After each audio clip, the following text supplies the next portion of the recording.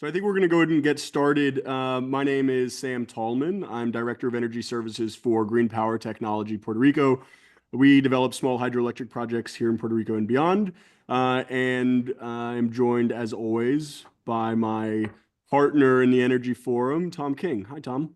Hey guys. Let me just interject. We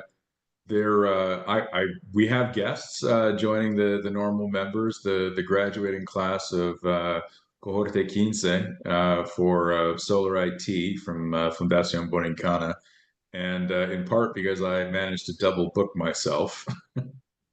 So we brought the class to this instead of bringing me to the class. So bienvenido a todos, and hopefully this will be more interesting than my talk. Yeah, welcome to folks from Fundación Borincana. Um, for those who aren't familiar with Fundación Borincana, the organization does economic development work really focused around energy project development and energy consulting access. So if you're interested in that, reach out to Tom, Javier, or myself, and we're happy to orient you on the programming that Fundación Borincana has to offer. We have a couple of announcements. We had previously been promoting a event for the end of this month, an on-site visit at Medtronic. That has been postponed, and so if you see that in your inbox or have already put it on your calendar, it has been postponed. If you bought a ticket, we will refund you and let you know hopefully very soon when that can get back on the calendar. We also have an event that will not be postponed. I say that, that's perhaps jinxing it. September 15th and 16th, we had this event last year for National Clean Energy Week event. Many of the folks on the line tonight were there. Of course, Francisco helped us open up the day of panels, announcing a proclamation, a state proclamation of National Clean Energy Week here in Puerto Rico. And we are expanding the offering this upcoming year. This upcoming September, we will have 2 days of panels. The first day will start with workshops on microgrids and project finance, as well as some conversations about circular economy. And then we're going to get into a day and a half of panels touching on the innovation and entrepreneurship ecosystem in energy, industrial users, military resiliency in Puerto Rico when it comes to energy. We're going to be talking about nuclear as we did last year. We are trying to bring to you, as we do every week almost with the Energy Forum, a conversation that we really think is insightful and informative and provocative if we do our jobs well. So hopefully we can spark some really valuable conversations and everybody who shows up can learn something about where we are, what are the challenges we're facing, how to overcome them, and what sort of options we need to be considering for the present and the future. So, Tom, anything you want to add about our National Clean Energy Week event this September? It's at Vivo Beach Club again. So, Yeah. Well, I think last I checked, we were narrowing in on being able to confirm that. So hopefully we'll be able to confirm it formally soon. But we've already kind of blocked out the dates.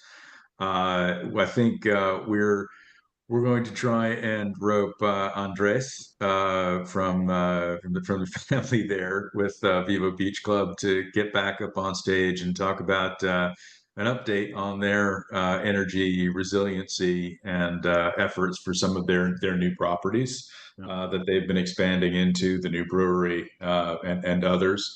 And I mean, overall, the National Clean Energy Week, we are expecting to be even bigger nationwide. We do this in coordination loosely with Citizens of Responsible Energy Solutions Forum, which runs the National Clean Energy Weeks events and the policy forums and others in DC and around the country. And I am also on the board of CRES. And I can tell you that this is, well, about the same point here in May for a September event. And, we've already had sort of 2.5 times the amount of interest and sponsors. And I think we're in the same category here in Puerto Rico. There's There's a Tom, great deal of interest. Yeah. yeah, I think it's important also. You mentioned that we hope to get Andres back on stage to talk about Ocean Lab as an energy user. I think it's worth mentioning here that last year we had panels on the role of natural gas in the energy transition. We had conversations about the role of energy demand in terms of understanding how Luma in particular, but others understand the trajectory for energy on the island. And we're very much looking forward to following up with those folks on what's happened since. Certainly, the conversation around natural gas in Puerto Rico has shifted significantly since last September, and the role of Genera and the role of Energisa, which will be more and more of a player moving forward. The role of flexible gensets. All of that is something that we didn't that wasn't in the news necessarily last September, but is very much top of mind moving forward. So we'll share more information about that. If you're interested in coming or interested in more information or interested in sponsoring or being a panelist, please reach out to us. We will gladly orient you with more information. All right, I think without further ado, we'll jump right into our conversation. Francisco Berríos Portela is joining us tonight at Power Hour, and Francisco really needs no introduction. He is Senior Director of Commercial Development at Quanta Services, and I think many of the folks know some of your previous roles. Francisco, welcome. Thank you so much, Sam. It's a pleasure to be here joining you and Tom. And I have to start by saying that by congratulating you for creating this space and the continuous effort. I have been tracking some of the participations, and it's impressive, honestly, that you have been that you keep pushing for this, and it's a great news for me that Clean Energy Week is gonna be again happening, and a great effort, and look forward, of course, to continue collaborating with the Puerto Rico Energy Forum. Yeah, appreciate that. Right. Yeah. You and I met. I'm gonna go in the Wayback Machine a little bit. You and I met when you were 5.5 years ago. You were the spokesperson for Aconer, and you were with Ireco at that point, and you were really trying to corral installers, contractors, energy consulting network. Maybe let's just start on reflections of where is that community, and what are the key gaps that you see in terms of the energy workforce that we have on the island? Well, that's a great question, and yeah, I remember back then there were a number of plans when I was at the private sector at the moment, and I was selected to be the vice president for Aconer, which honestly I was really we have ambitious plans at that moment to focus Aconer specifically on the workforce development area for the energy. I mean, it's no secret that CESA has kind of take over basically the public policy efforts in favor of renewables. So historically, Aconer has been focused on workforce development and some of it on the public policy efforts. But it was being a great timing for collaborating between the two entities at that moment. Unfortunately, when I joined the government, I had to resign to that position for obvious conflict of interest. At DDEC, the energy policy program certified educational trainings that Aconer provided. So of course I was unable to continue on the team that was leading Aconer. And right now it's something that I have already as I came back to the private sector. It's something that I am trying to get back to business Aconer, because honestly it's kind of sleeping the entity itself, and there is so much need for workforce development efforts and for training and organizing the industry. Besides everything on the policy and the changes already completed, there is a lot of efforts needed for regulation that it's still some areas that needs to be covered, and for sure workforce development. And I will say not necessarily in terms of number of people, but in terms of quality. I'm really concerned whenever all those companies, specifically on the rooftop solar industry, start like booming and having really fast growing. That's it's kind of a, I don't want to say scary, but it's important to keep an eye and keep the quality control, and keep making sure that the guys are doing the proper installations and following the things correctly, because of course it can be for cutting corners, and making sure that you can push for the work to happen, and complete the installations. They can be cutting corners, and that's something not necessarily good. We have seen in the past, some installations getting on fire, and getting some accidents, which are really of a concern. And honestly, I have to say, even there have been some cases as well. We have to recognize that, in terms of the number of installations already deployed at the behind the meter generation on solar rooftop, number of accidents has been kind of low. So that's good, honestly. But yeah, there are a number of entities currently taking care of that. I believe, and actually, I know that NGOs has been super efficient in terms of supporting the professional development. I know that some companies has take advantage of the WIOA funds, the Workforce Innovation Act, which is a great opportunity actually for companies to make sure that they can develop their workforce. And actually, it's a nice deal that they can get paid for. I guess it was like 50% of the cost is covered, and there is a on the job training, apprenticeship programs. So that's a great opportunity. Back during my time, during my period in the government, that was something that I tried to push as much as possible, to make sure that people can know the programs, and actually get the benefits of it. And again, as part of me getting back to the private sector, I'm trying to retake those efforts that I left in 2021 when I first joined the government, early 2021. So yeah, there is still the need of increasing our workforce capacity, and making sure that the workforce is properly trained, and making sure that they are doing the right things on the installations and the works. Yeah. How No, much of sorry, go ahead, Sam. Yeah. No, I was just going to ask how much of that, now that you're with Quanta, and you look at the work that on the T&D system that you have in front of you, how much is the workforce as a bottleneck for the work that you guys are looking to do or have planned? Well, as of today, I have to say we haven't seen still that to be a real issue.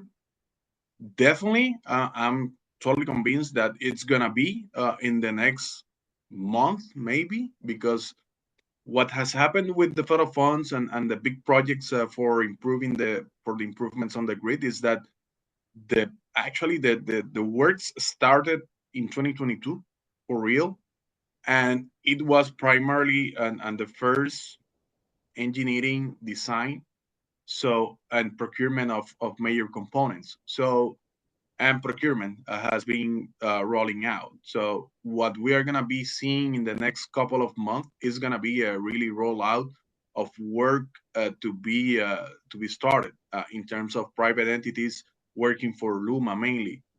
In terms of Quanta Services Puerto Rico, I have to say I first want to clarify actually, because you know yes, there is a relationship between Quanta Services and Luma, as Quanta Services is co-owner of the joint venture between Quanta and Natco for Luma. But that's Quanta Services is a $40 billion entity with more than 300 operating companies.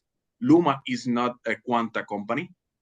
Quanta Services Puerto Rico actually is a Quanta company, because our ownership is 100% Quanta, And our work down here is actually to make sure that we can support works as a contractor. And actually, yeah, we are our owners are a very big one contractor, the main contractor on the nation in terms of electric utility, and we have a lot of things that we can be supporting and that we are going to be supporting to the island. Our first priority is the grid itself. We have been participating in procurement process. So far, we don't have any contract being executed in terms of Luma. Yeah, there are a couple of guys from the 300 companies that are have been working for Luma as a seconded employers, and actually we have been participating on procurements for getting contracts with the safeguards that the contract of Luma provides to avoid conflict of interest. So having said that, we are pursuing opportunities for the grid, but also as part of my role at Quanta is to expand our business down on the island. And on that sense, we are starting to pursue and look into other opportunities such as microgrids, energy Mm. storage, the infrastructure related to new generation that is going to be happening. So those kind of things are part of what we are pursuing in terms of capacity of workforce. Quanta Services has more than 60,000 employees, and of course, we are ready to support the island on that sense to provide resources. We are really prioritizing making sure that we can use as much as possible local resources. That's going to be that's actually a big part of my role to make sure how we can combine and optimize the usage of local workforce with our resources from mainland mainly. And of course we already have a fleet of trucks actually ready to be used. That's kind of the core business that Quanta does.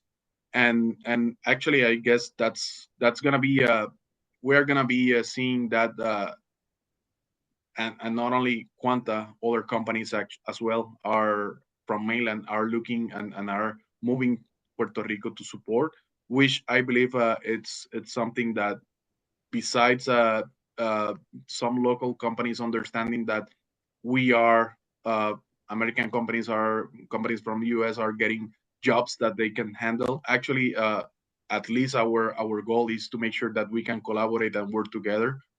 We are at this moment working and looking for team agreements with local companies to make sure that's the case.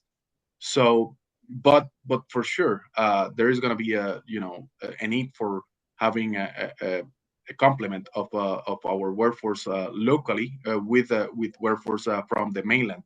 The good thing is that having companies such as Quanta on the island already established, it's going to help accelerating and expediting that kind of augmentation of workforce.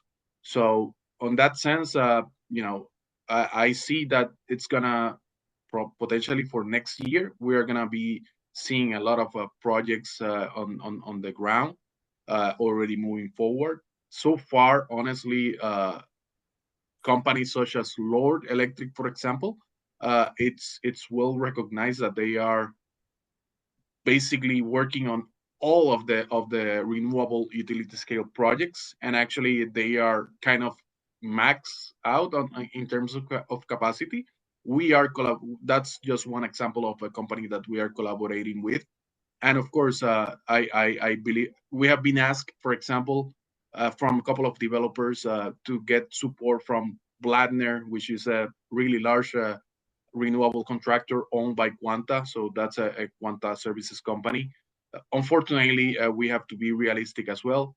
Bladner, for example, they are currently developing more than 2 gigawatts of solar generation capacity in the mainland. So it's even difficult for us internally to convince them just to look at opportunities down on the island because of the size, because of how things roll out here. But at the same time, we are going to be expanding our footprint locally, and yes, those are opportunities that me as head of the commercial developments for Quanta Services in Puerto Rico, I'm gonna be looking and be doing to expand and support local developments to happen. That's great. I want to just interject really quickly here and say if you have questions for Francisco, feel free to put them in chat and we will get to them towards the end of our hour. Francisco, when we look at, and you alluded to it just there in your answer, when we think about attracting investment, attracting developers, attracting folks that are looking to bid on particularly large projects, there's a big elephant in the room, and Tom and I have talked about it before on the program and elsewhere, which is PREPA's bankrupt, and it continues to be bankrupt, and the end does not seem to be immediately in sight. And the folks that have participated previously, your the joint venture made up from your parent company is not exactly welcomed with open arms all the time by a lot of folks, and particularly government leaders. Tranches have been canceled, etc. How do we try to change direction and grow credibility in terms of attracting large companies or even any company size to participate in the marketplace? No, that. I mean, that's a big challenge, and actually that's the biggest challenge. And I guess we will not have a certain answer or resolution on that, and there is not that much that not even the local government can do, because honestly, it's a game where the oversight board actually is the one that exclusively represent PREPA and the government. And of course, we are dealing with the largest utility bankruptcy in the nation. So and what has happened is yes, positions are on the different ends, and the oversight board has been claiming not to pay uh, $2.5 billion basically, and bondholders are asking for getting $10 billion, and trying to get a midpoint out of on that landscape. It's really hard. I mean, who's gonna pay more or get a more haircut? And of course, that's the big elephant, as you just mentioned. And I guess our best pitch in terms of and to be optimistic on that sense, I truly believe that efforts should be, and the narrative should be, that companies such as AES, companies such as Engie, which is a co-owner of Ecoelectrica, companies such as Naturgy, companies such as even Quanta Services, and other recognized names keep doing business in Puerto Rico. I have to add to that Potter Energy. Those kind of companies really means a lot for Puerto Rico, and Puerto Rico and the government should be taking more advantage of those names who are recognized at the industry and at the business side, to make sure that you can leverage, because within the landscape of the PREPA's bankruptcy, yeah, you can say a lot of things, but not even PPO, independent power producers, all of them have been paid through the bankruptcy. But, and Tom knows this better than me, you that means nothing for the banks, and that means nothing whenever you are trying to get finance.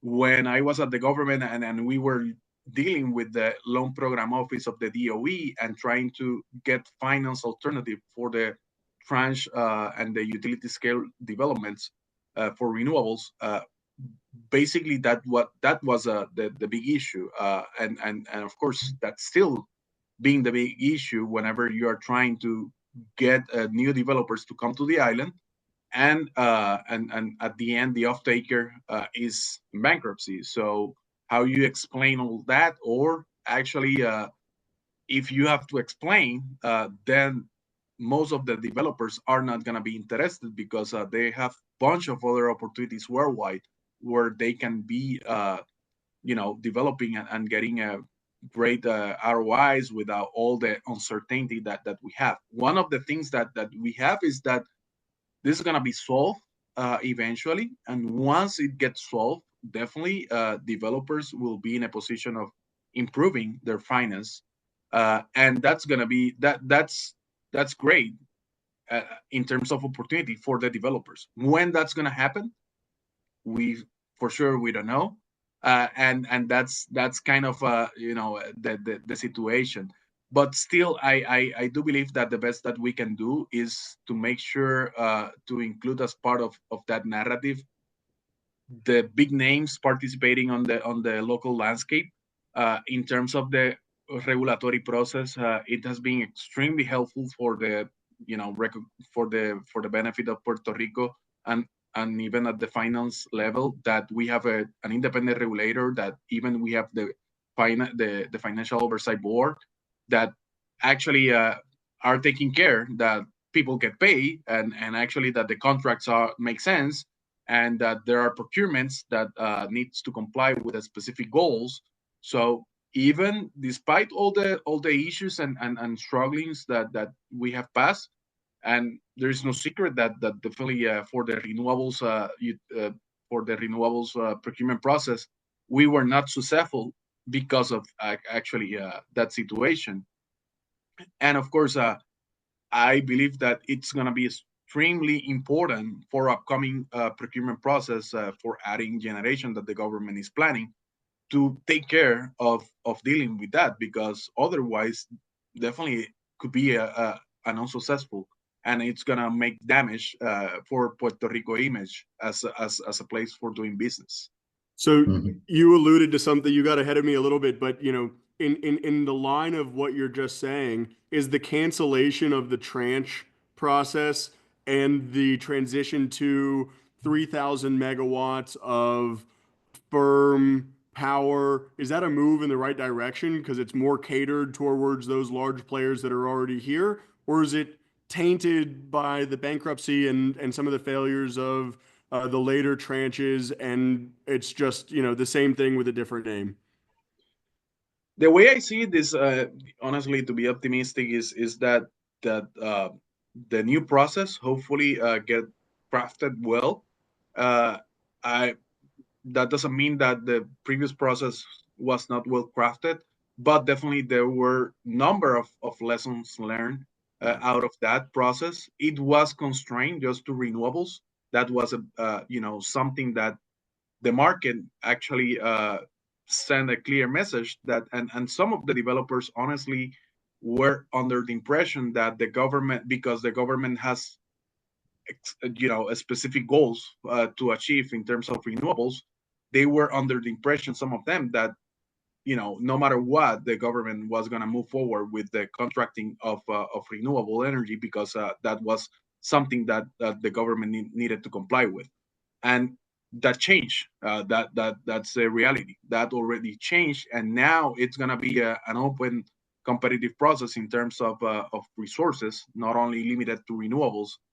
uh, Last year as well, there was another process under the P3 that was honestly successful, which was the one that ended up with the Energisa contract. So I do believe that even there are numbers of things that have to be improved, we were successful in terms of achieving a good contract in terms of the cost.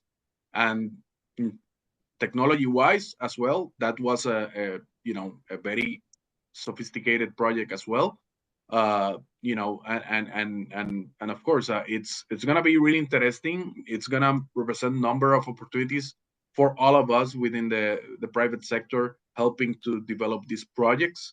And I do believe that we should, as a local industry, we should make sure to help the government on the narrative, and help the government in terms of providing as much as input that we can, for making sure that the process is crafted the best, and making sure that actually we can get developers that could develop these projects and provide good offers. Yeah, yeah, and I think, I mean, you have to give developers reason, because it takes time and money and effort, and they need a reasonable expectation that they're going to be able to complete it and do so profitably. and you're still being very kind to the government. The RFP process was poorly designed and even less competently executed. But you hopefully you live and learn from that process. I mean, I think the other thing is that the renewable industry is and the players in it are very different from those that still play in the gas world, in the fossil fuel world, and the uh, the experience with and tolerance for risk is very different between the established companies and the markets on the fossil fuel side and the renewable side. The renewable side is still very much driven by project finance, the ability to put a package together and balance the risks rather than take them on balance sheet. One of the things that if you're looking at the I'll just call it the two main projects, there's all aspects of it, but the 800 megawatts or so of storage that they got the loan guarantees, but they're still corporate guarantees, right? These are on balance sheet projects for these large companies who are doing this solar. So they're making a bet on themselves and on Puerto Rico. And back to your issue, these are people who already have connections with Puerto Rico. So for Mhm. them, it's not a question of is this a risk we want to take? The question is we're already taking this risk. Do we want more of this risk? Can we manage it? Can we do that? So keeping these companies involved is incredibly important in the medium term for Puerto Rico, whether they're doing renewables or whether they're doing natural gas or other projects. And you'll see, I think, a much more energetic and thoughtful approach from those who eventually provide proposals on the natural gas power that's being I won't say auction, but looking for proposals because you don't really need to cover as many different risks. Some of the risks are just going to be taken, and it's more about an execution timeline, a cost, and whatever certainties can be gleaned, over the longer period of time. It's different when you're building a plant and then getting paid effectively for operations, for fuel, for other types of things as you go. And if you don't get paid, you stop and the whole thing gets turned off. When you're in a renewable situation, you can certainly stop providing energy, but energy is still being generated by those plants. And really what happens is you just stop getting paid. So, almost all of your investment is up front. So there's a different Mhm. risk matrix associated with these two different markets, which does make it easier for folks like Puerto Rico that maybe don't have as much experience and wisdom and craftiness and putting these things together. It will be easier for Puerto Rico to manage the process with the gas plants effectively in a way that they could not for renewable energy. That's my opinion. So, yeah, Francisco, I'm going to ask a question there and let you reflect on what Tom said and answer the question as well, which is so in that line, it seems like the Energisa type project is, at least for the short term, a key tool that Puerto Rico needs to deploy to move forward. There are reports that that contracting process took 21 months.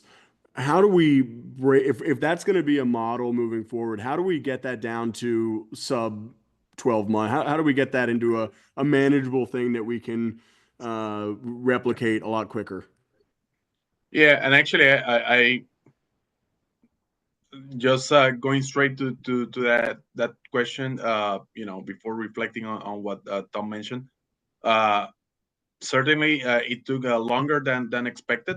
So there are two things.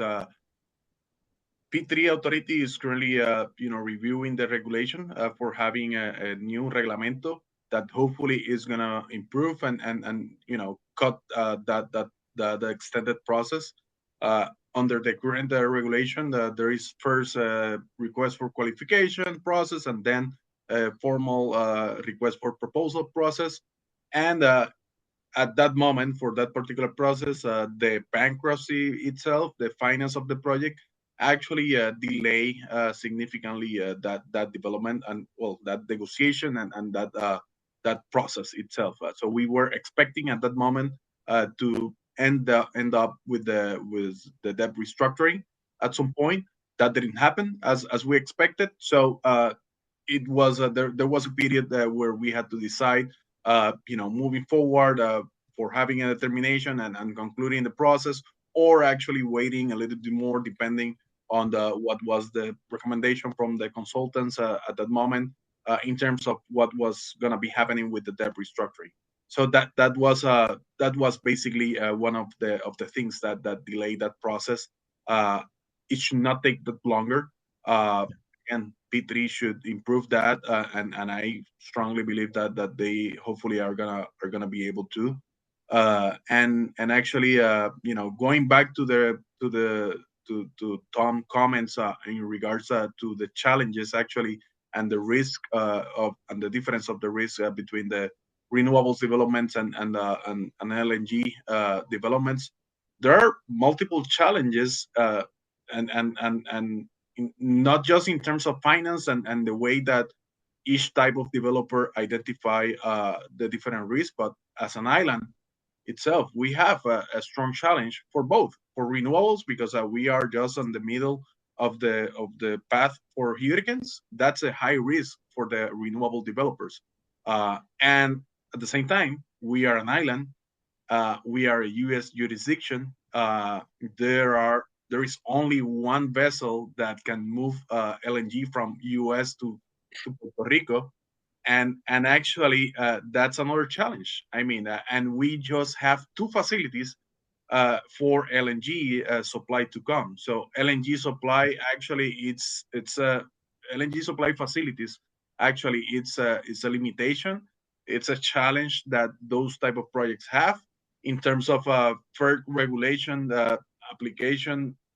We all know, there has been an extended discussion in terms of the floating terminals that has been deployed by New Fortress, and there's a lot of uncertainties actually on that direction that it's a risk for those developers to consider. I'm not sure how much we will be able to put out from more than we currently have committed in terms of the terminal at Peñuelas and the terminal that is already at San Juan.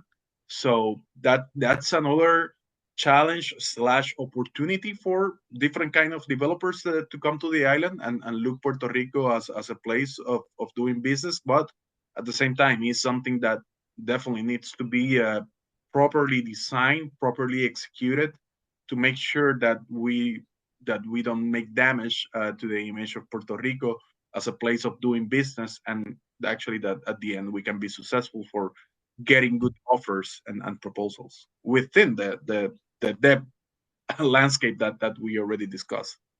Yeah, I'm going to. you can add to those challenges, for renewables that they tend to be smaller by requirement actually in Puerto Rico in terms of access to land. There are new points of interconnection where the most, I think, if not all, of the 3,000 megawatts of that's being talked about, we already know the points of interconnection. They already exist, right? So that whole issue is largely taken off the table, and that can spur many delays and problems. And I think there wasn't really a standard form of contract in existence, and so I would now expect that anything going forward is going to basically be adopting the same forms and most of the same commercial terms as the Energisa agreement. And so that long drawn out process is hopefully shortened quite a bit. So I think Absolutely. it's possible. Yeah. I want to take advantage of the fact that Francisco made reference to the fact that there is now a Jones Act compliant or loophole compliant LNG ship coming into Puerto Rico. I linked to it in a Cato article down in the chat. And if you're interested in listening to a conversation that Tom and I had in another Power Hour back in October with Colin Graybow about the Jones Act and how it affects energy prices in Puerto Rico in particular, I highly encourage it. I also put that link in chat. Francisco, I want to transition here a little bit. There's new leadership at P3A. Josue Colon was the head of PREPA. So we have new leadership in PREPA, in Ingeniera Mari Zapata, who has a long history in operations at the Electric Power Authority. You were chair of PREPA for a time in your time in government. As we look at new administration, new leadership at PREPA, what are their priorities as far as you're concerned, and what should their priorities be, and how do they execute those?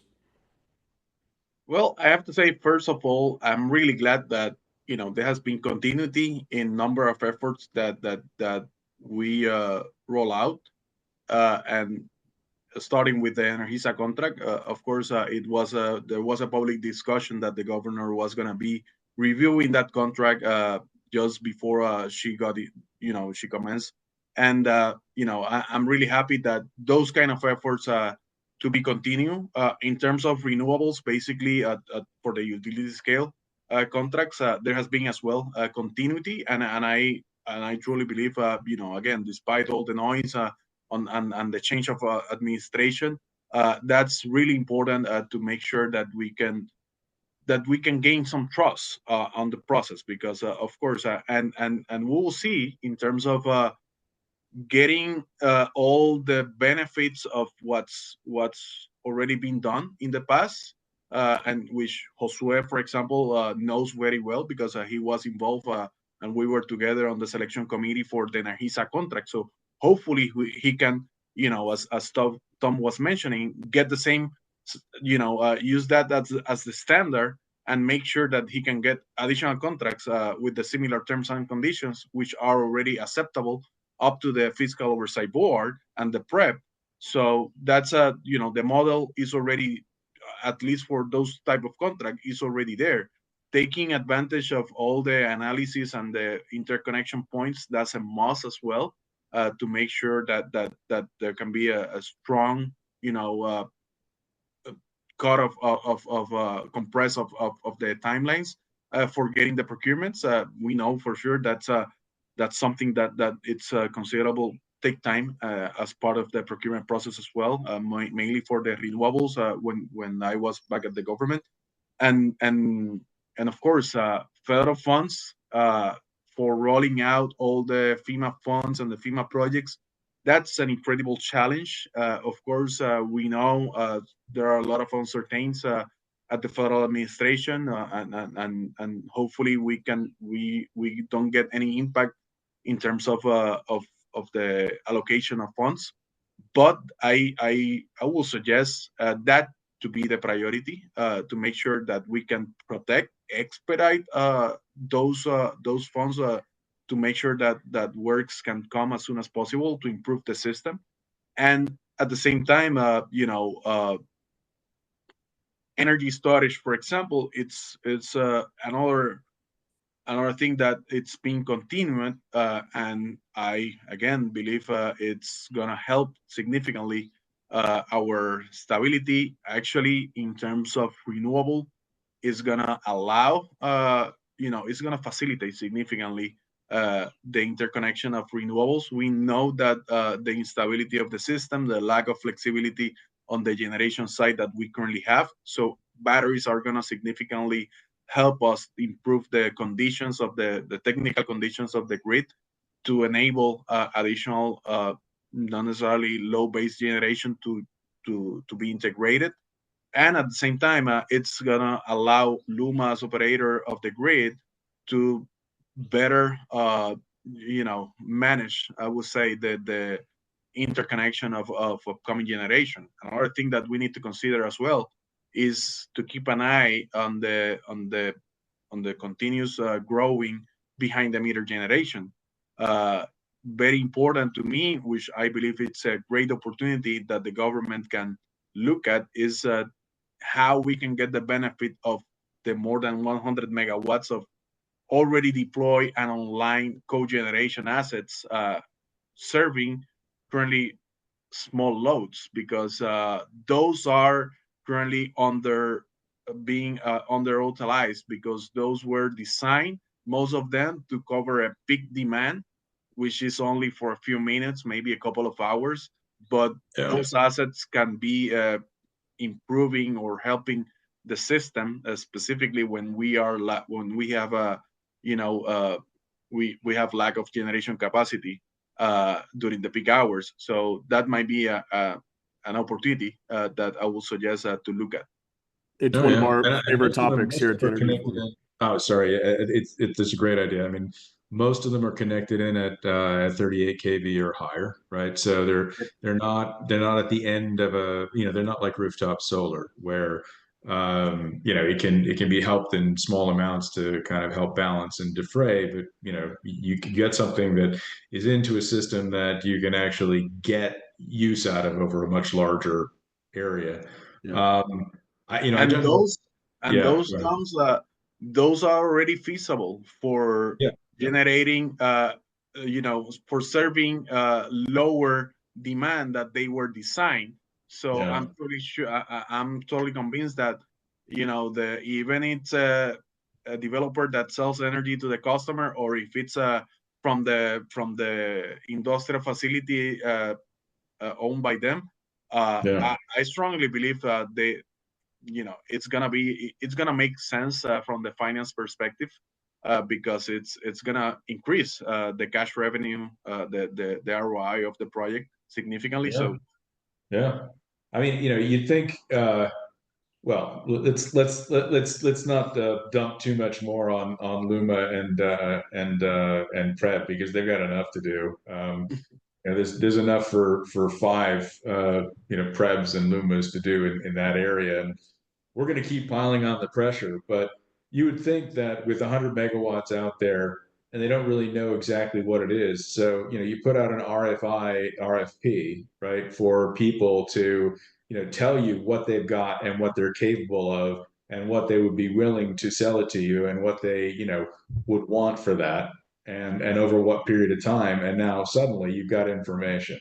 And from that, you can determine, whether it's worth it, right? I mean, is it worthwhile trying to contract it? Yeah. Yeah. but actually, going to the thing of using an existing model, I believe that this space and the things that you promote from the Puerto Rico Energy Forum can help organize the industry actually to Mhm. advocate for that kind of program to happen. We all know that the Battery Emergency Demand Response Program that is already in place, it happened because the industry was organized and pushed for that to happen. So Yeah. if the co-generation industry, which is not necessarily that organized on the island, you know, convey together and talk together and advocate for this kind of program to happen, that might be a good effort that can truly help on the short term significantly for improving the capacity in Puerto Rico.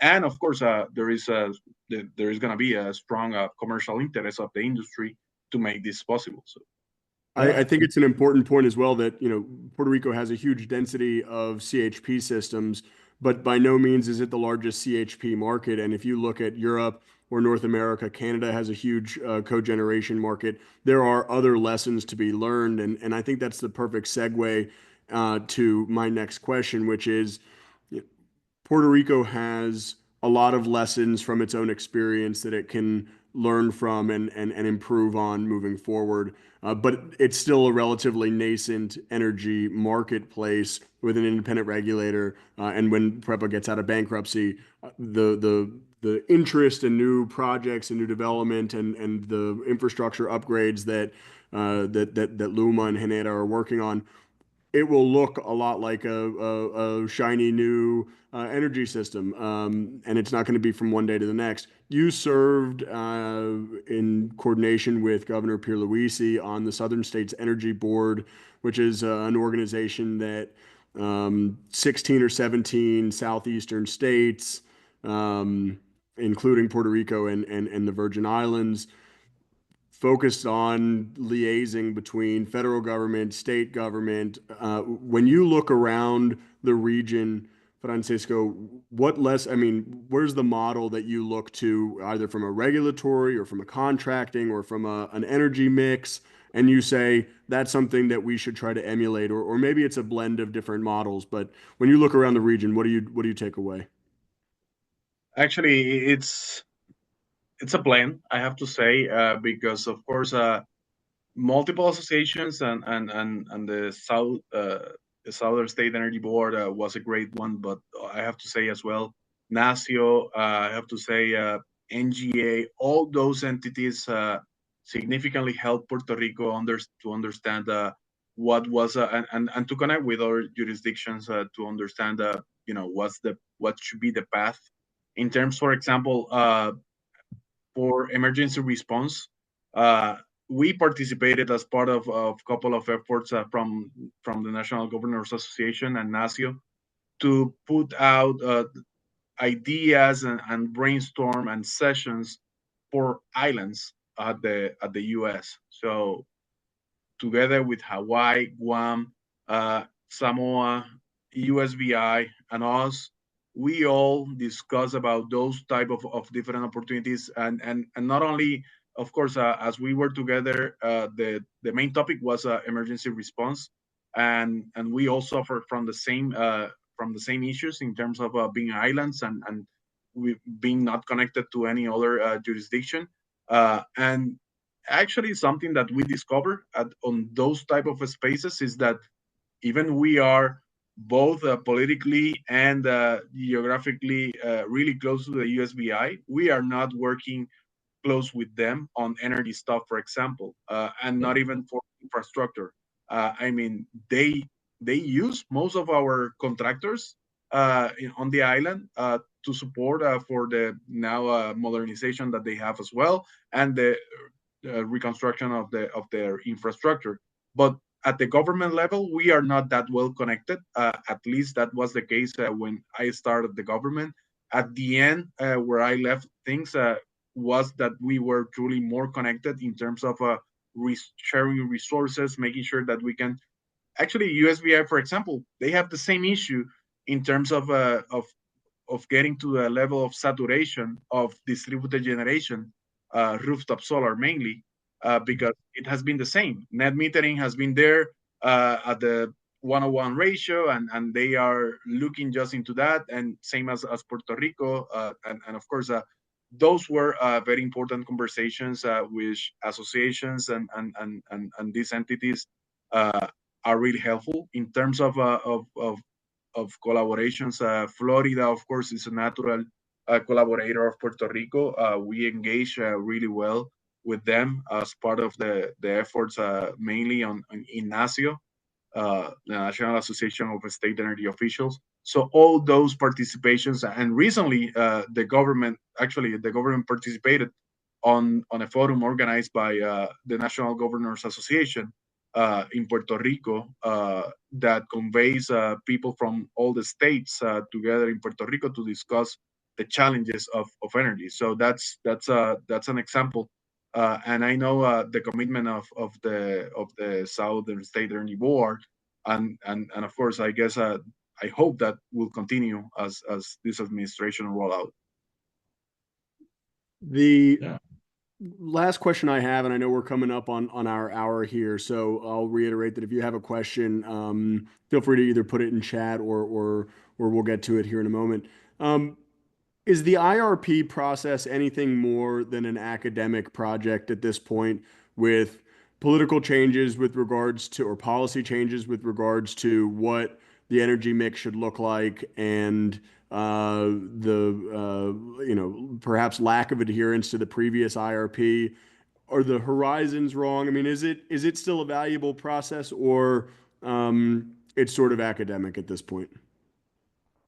I believe it should be a worthy process. So I guess it was a big surprise many people when the bureau had the resolution the same day that the governor signed the act that changed the intermediate goals of renewables, and they came with the resolution for ordering to look for 2,500 or to 3,000 megawatts of new generation.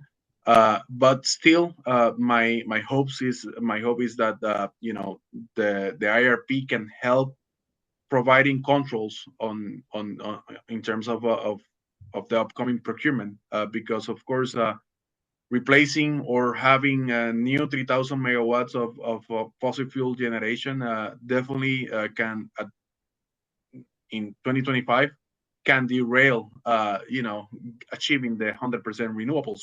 So I'm really intrigued on how that's going to be modeled in terms of the IRP and that order that they made. So I believe it's really important to have that study completed and of course getting the models. So I don't anticipate that it's going to be I cannot say actually that it's going to be not worth it to have an IRP. I strongly believe in the process, and even there have been changes for opening basically to other resources. There must be a study to make sure that we can have the proper model and Yeah, yeah, you have to have a plan from which to divert. yeah, even at least you have to identify what's going to be the first plan that you're going to decommission. That's who's going to decide that. That cannot be a decision that well whatever. I mean that's part of the planning that you envision on an IRP. Actually, Yeah. there is already a schedule to decommission units. Of course, the whole idea is to review that planning and make sure that adjustments are properly made to that kind of planning. Yeah. Yeah. I mean, with existing points of interconnection, you're effectively swapping out locations where there's already generations. And so, clearly the process should be a lot easier than balancing effectively, even though you're taking out 600 megawatts, you're replacing it with, 300, but, that 600 megawatts of interconnection capacity hasn't been used in forever because, it's an oil plant. Does that make a difference? Yes, right. It means you got to study the connections. You got to look at the way that things flow. But it's certainly there's a lot you can do and plan on without having to check under every hedge to use a foliage related metaphor. Yeah. Francisco, any other reflections on your time in government, where we are right now, what you think? I guess it's not a reflection if you're looking forward, but your impression on what's going to come down the pike that you'd like to share. I mean, the way I see it is that we all at this side of the table should be looking to collaborate and provide the best input. I know that when you are at the government side, the first priority is, during this type of period is keep the lights on. That's the first priority. So we need to understand actually those priorities very well for not blaming, honestly, the government just because I have a great idea for taking care of X, whatever. I mean, my priority was keeping the lights on. That's don't talk me about any other thing. If we are having outages today and tomorrow, and we know that's something really important to understand from the government side, from the private sector to see the government side, and of course understand the approaches that can be made in terms I do believe that there is a lot of effort that the private sector can do to help the island become successful in terms of upcoming procurements. Not only providing feedback and providing input, but also making sure that we can, as much as possible, use our networking not just for commercial purposes, but actually you can leverage that networking and those commercial opportunities to truly look for providing solutions to the island to improve our energy stability and our actually lifestyle in Puerto Rico. So beyond blaming or actually finger pointing anyone, I believe it's gonna take time. We have to educate as well in terms of how long and what's the size of the issue that we have that is not gonna be solved from one day to another. Uh, there is a worldwide need of new generation. There is a worldwide need of breakers, transformers. I mean, there are a bunch of things that we are not alone. We are a small island, and we have a utility that is in bankruptcy. So that landscape, it's really important for us to help the government educate others looking Puerto Rico as an opportunity, uh, not necessarily to be negative on, but actually talk about the reality and those challenges as well. I like to see them as opportunities for and for other people. So that's my priority now in terms of helping from this side to support on the ongoing procurements that are going to be that are already happening, execution of projects, and hopefully we can help as well on upcoming generation to happen for Puerto Rico, upcoming microgrids and all that. Well, in the spirit of collaboration and community engagement, thank you for being a part of the Puerto Rico Energy Forum and for joining us tonight on Power Hour. We look forward to having you at our event in September and obviously engaging in the interim. I Yeah. want to Well, actually, open it up to we want to see Quanta as a sponsor. absolutely. Because we know you're not in government anymore. Yeah, well, now I have to pay for tickets. I know, but I mean, of course, I look forward to that, and yeah, please send me proposals, and we can We evaluate. will. So I want to offer anybody who may have a question. I know that Mariette Sanchez put in the chat, Francisco, briefly. What are your lessons learned? What are the lessons learned from your point of view? Um, and And maybe, is that just general? I mean, you keep talking about like the first year of since raising his son. So yeah, right. Not general, but at least on the point of view of the energy generation, because we have been spending so much time talking about it, and I know that he has spent most of his life, professional life, in the energy sector. So it will be nice to know what are at least two lessons learned that all of us can take in consideration as well. First, in terms of lesson learned, I will say we we have to be really careful on hearing and reading the multiple misinformation and all the information that is out there. And second, I will say as of today, there is so much information in spaces. For example, the Energy Bureau.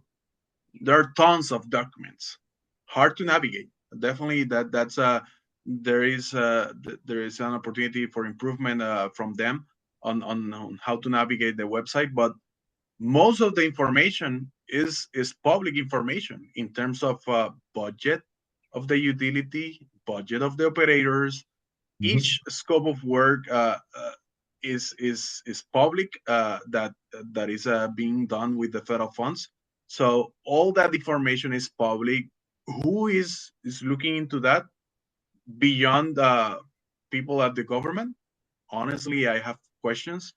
I do believe the private sector should take care of helping to educate and socialize what's what's all that about. I mean, I was so many times I heard when I was at the government, what's the plan?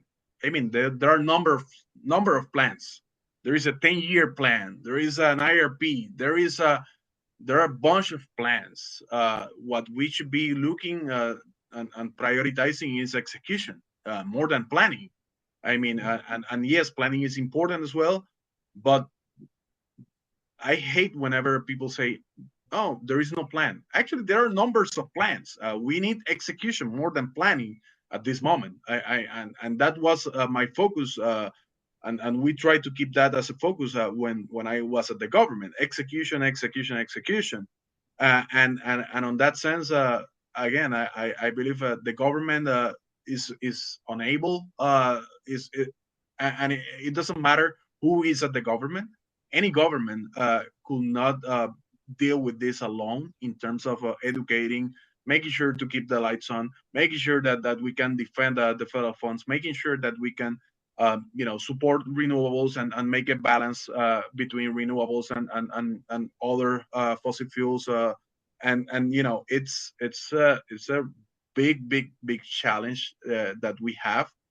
Everyone wants things to happen from one day to another, and of course everyone has their own agenda in terms of priorities, and everyone's project was the priority for themselves.